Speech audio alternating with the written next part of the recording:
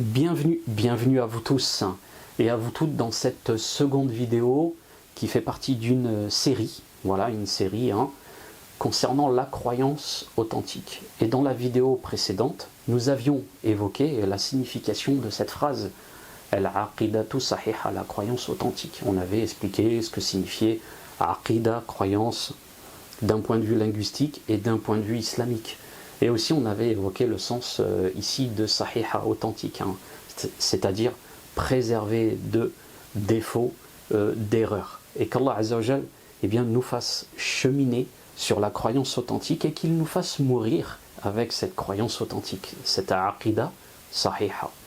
Donc bienvenue dans cette deuxième vidéo dans laquelle on va aborder des réalités, des effets, vous allez comprendre avec moi, qui mettent en avant et ce distinctement l'importance de cheminer, d'être sur une croyance authentique. Voilà, sur une aqida sahiha. Et il n'y en a qu'une, voilà quoi. Celle de l'islam originel, révélé, vous le savez.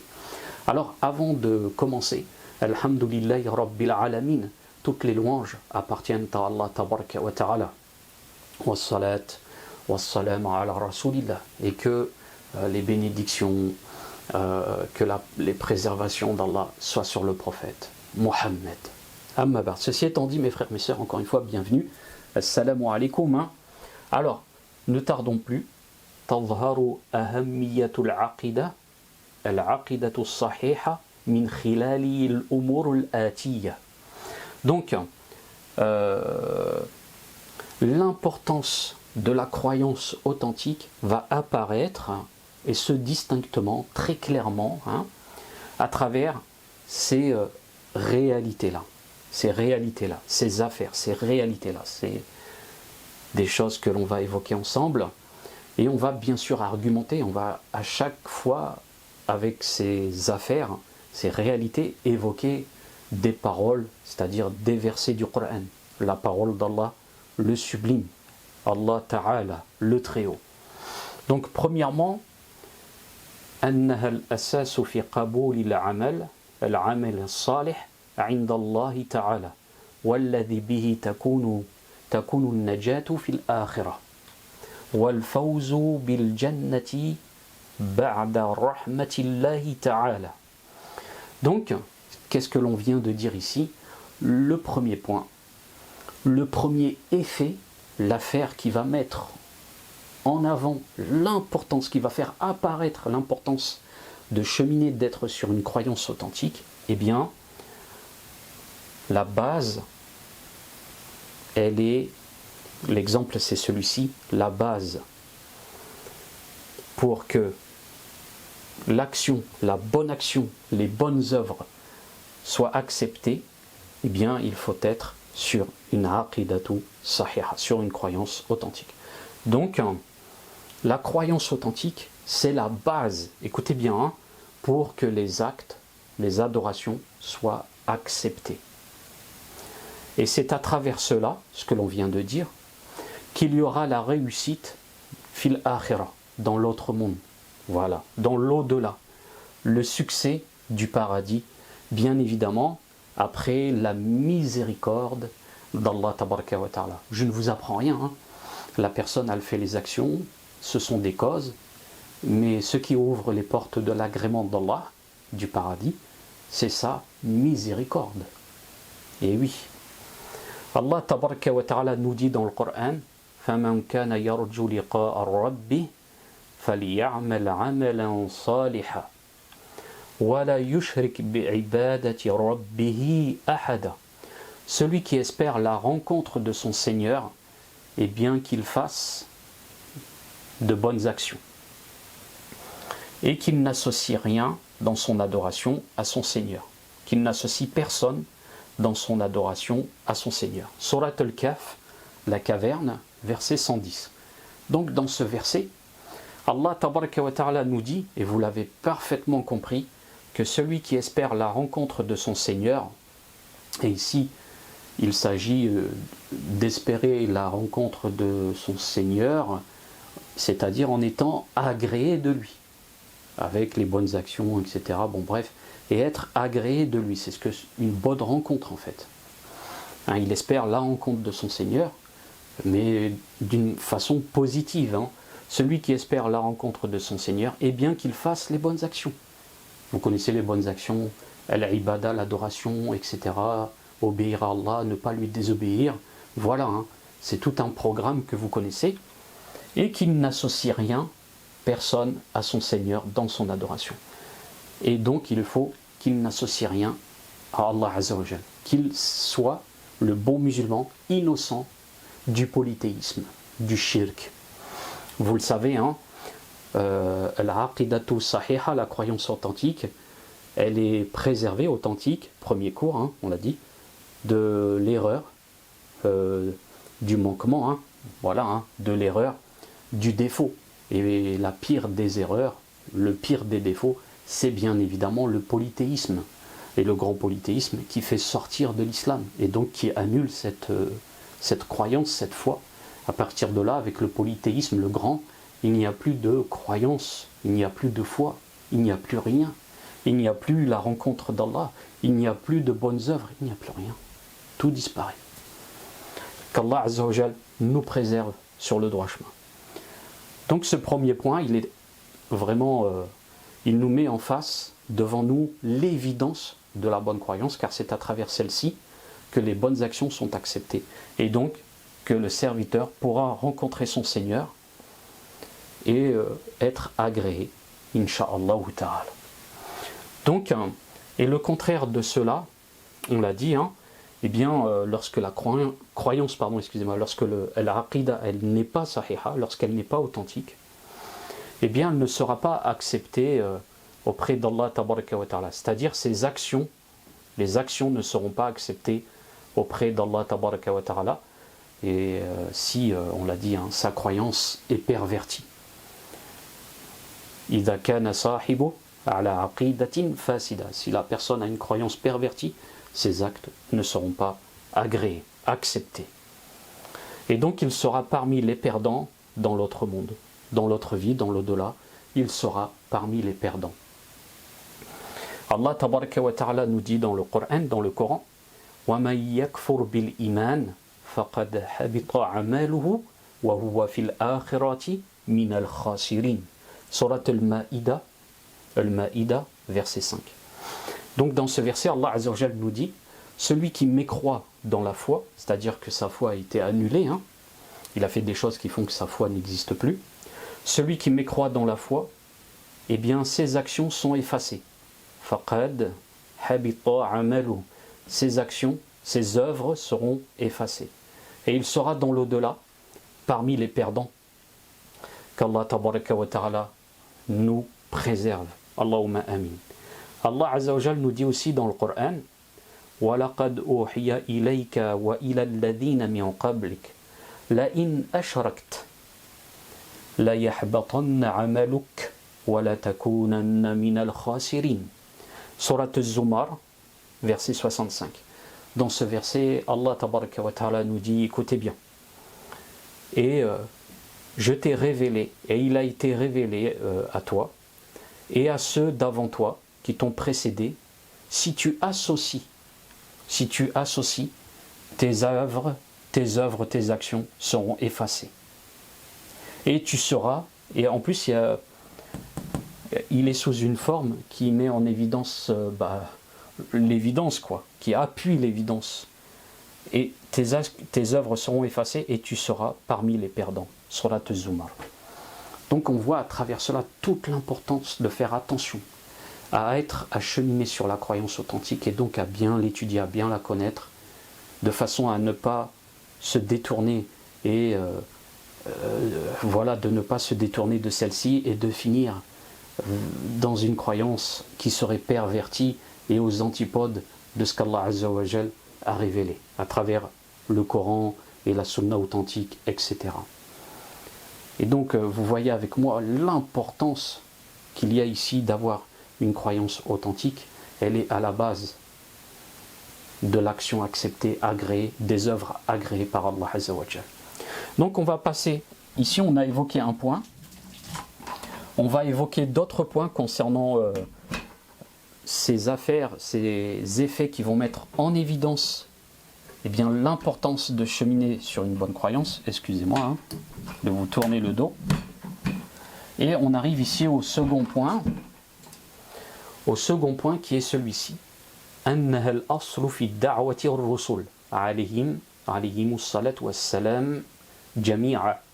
C'est la base, la croyance authentique, c'est la base avec laquelle les envoyés, du premier au dernier, les prophètes, ont invité leur peuple, ont prêché leur peuple à l'islam. Alors, avant de continuer, il faut savoir une chose, c'est qu'il y a, lorsqu'on dit le mot islam, deux définitions, très rapidement. L'islam fil ma'na al-khas, fil ma'na al-'am. Il y a l'islam dans le sens général du terme, et il y a l'islam dans le sens particulier du terme. Ça veut dire quoi? Alors vous connaissez le mot islam, être soumis à son créateur, l'adorer, ne rien lui associer, etc., ne pas lui désobéir, vous connaissez cela, et avoir une croyance authentique. Avant cela, évidemment. Et donc il y a l'islam dans le sens général, depuis Adam, paix sur lui, jusqu'à la fin des temps, jusqu'au prophète Mohammed sallallahu alayhi wa sallam. Eh bien cela c'est l'islam dans le sens général, c'est-à-dire qu'il y a eu l'envoi de la révélation aux prophètes, hein, qui ont tous été sur la même croyance authentique, qui ont prêché leur peuple, etc. Et chacun des prophètes, eh bien ça dépend, hein, ont eu des révélations différentes par rapport à des obligations, à des interdits, etc. Mais la croyance est toujours la même. La croyance est toujours la même. Il y a quelques changements au niveau de la législation, à travers du début jusqu'au prophète Mohammed sallallahu alayhi wa sallam. Donc il y a l'islam, durant toute cette période, c'est l'islam dans le sens général du terme. Et dans le sens particulier, c'est l'islam révélé au prophète Mohammed sallallahu alayhi wa sallam. Donc toujours cette croyance authentique qui ne ramène rien de nouveau et qui est conforme à tout ce que les prophètes ont eu depuis le début, mais avec une révélation qui clôt la prophétie, qui abrège ce qui a précédé, et avec des ordres, des interdits qu'on retrouve dans le passé et d'autres non, avec des législations qui changent ici et là. Voilà. Alors, Allah tabaraka wa ta'ala nous dit وَلَقَدْ بَعَثْنَا فِي كُلِّ أُمَّةٍ رَسُولًا أَنْ يَعْبُدُوا اللَّهَ وَاجْتَنِبُوا الطَّاغُوتَ. Surat An-Nahl, les abeilles, 36. Et nous avons envoyé dans chaque communauté un prophète pour qu'ils adorent Allah et s'éloignent du Tarout. Alors le Tarout, c'est tout ce qui est adoré en dehors d'Allah Azza wa Jal et qu'il agrée cela.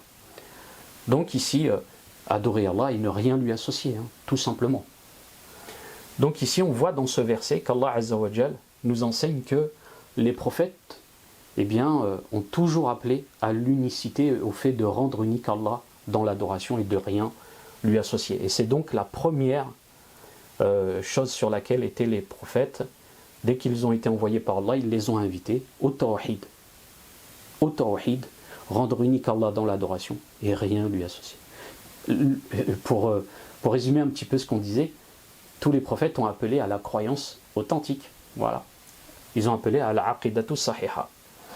Donc, ici, c'est le deuxième point. On va maintenant passer au troisième point. أن العقيدة ضروريات للإنسان أكثر من ضرورته للهوى والماء. Donc, ici, la croyance est plus importante pour l'être humain. Elle est plus nécessaire que sa nécessité à respirer et à boire. Alors vous allez me dire, oui, si tu bois pas, tu meurs, si tu respires pas, tu meurs. Oui, c'est évident. Mais si la personne est musulmane, elle va au paradis. Et si elle ne l'est pas, elle va en enfer. Si elle a une bonne croyance, elle va au paradis. Si elle a une croyance pervertie, elle va en enfer. Donc si elle meurt, elle va où? Si elle est sur le droit chemin, au paradis. C'est donc plus important que respirer et boire. Par contre, si elle est dans la mécréance et qu'elle meurt, elle peut vivre 10 000 ans dans la mécréance et elle meurt, elle va où? Et donc tout cela pour rien. Donc vraiment, on voit bien qu'à travers cette parole, le plus important, c'est une foi authentique. Et c'est ce qui va te permettre de répondre à ces questions qui sont existentielles. D'où je viens, pourquoi je suis sur terre et où je vais après la mort. Et oui, et lorsque tu es musulman, ces questions, eh bien, à ces questions, tu as la réponse. Walhamdulillah. Donc, quatrième point, c'est-à-dire quatrième effet concernant la croyance authentique, hein, et donc qui met en évidence son importance, أنها السبب في حصول الأمن والهداية في الدنيا والآخرة. La bonne croyance, c'est une cause qui va te permettre d'acquérir la stabilité, la sécurité, la guider ici-bas et dans l'au-delà, de manière générale. Allah tabaraka wa ta'ala nous dit dans le Coran, الذين آمنوا ولم يلبسوا إيمانهم بالظلم أولئك لهم الأمن وهم مهتدون. Surat Al-An'am, verset 82. Ceux qui ont cru et qui n'ont pas mélangé, habillé leur foi, qui n'ont pas rajouté à leur foi de l'injustice, c'est-à-dire du polythéisme, voilà ceux qui ont la sécurité et qui sont guidés. Donc on voit à travers ce verset que la croyance authentique, c'est une cause qui permet d'avoir cette sécurité et cette guidée qui augmente, comme vous le savez. C'est très important et cela nous rappelle à quel point on voit aujourd'hui énormément d'insécurité, de discorde, de division, de meurtres, de guerres, etc. ici et là. Et c'est valable pour le monde musulman. En effet, on voit aujourd'hui dans le monde musulman qu'énormément de musulmans, malheureusement, et de musulmanes, se sont détournés de la croyance authentique, celle de l'islam originel, ce qui a causé énormément de divisions. Et ces choses-là, ces réalités-là, discorde, guerre, tension, division, etc. Si les musulmans, dans le monde musulman, étaient vraiment, pour la majorité d'entre eux, sur le droit chemin, sur une croyance authentique, et très accrochés à celle-ci, ainsi que leurs élites, il n'y aurait pas eu autant de problèmes, de discordes, de divisions, etc. Il n'y aurait pas eu énormément de ces choses-là. Mais, malheureusement, walhamdulillah ala kulli hal, la croyance pervertie s'est distillée à travers le monde musulman. D'où l'importance de la faire revivre, et donc de se former, de la comprendre, de l'appliquer et d'appeler à celle-ci, et de multiplier les prédications, les darwa. C'est vraiment important. Je le dis assez souvent, mais cette parole, elle est gravée en moi. Et j'aimerais bien être de ceux qui s'y conforment. Lorsque la darwa d'Allah elle est forte, la darwa de Shaitan elle est faible. Lorsque la darwa d'Allah elle est faible, la darwa de Shaitan elle est forte. Vous savez ce que ça veut dire? Lorsque nous, les musulmans, on délaisse cette prédication, lorsqu'on est faible, eh bien le Shaitan il sera plus fort. Mais si on se réveille, si on se soutient les uns les autres et qu'on multiplie les prédications, la darwa d'Allah va être forte et la darwa de Shaitan va être faible. Voilà. Donc, on arrive maintenant au cinquième point. أنها السبب في فتح البركات من السماء والأرض.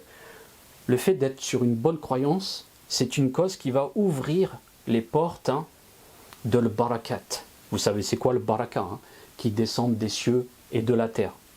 Allah tabaraka wa ta'ala nous dit dans le Coran, وَلَوْ أَنَّ أَهْلَ الْقُرَىٰ آمَنُوا وَاتَّقَوْا لَفَتَحْنَا عَلَيْهِمْ بَرَكَاتٍ مِّنَ السَّمَاءِ وَالْأَرْضِ. Si les gens de la cité avaient cru et craint leur Seigneur, nous aurions ouvert sur eux les barakats des cieux et de la terre.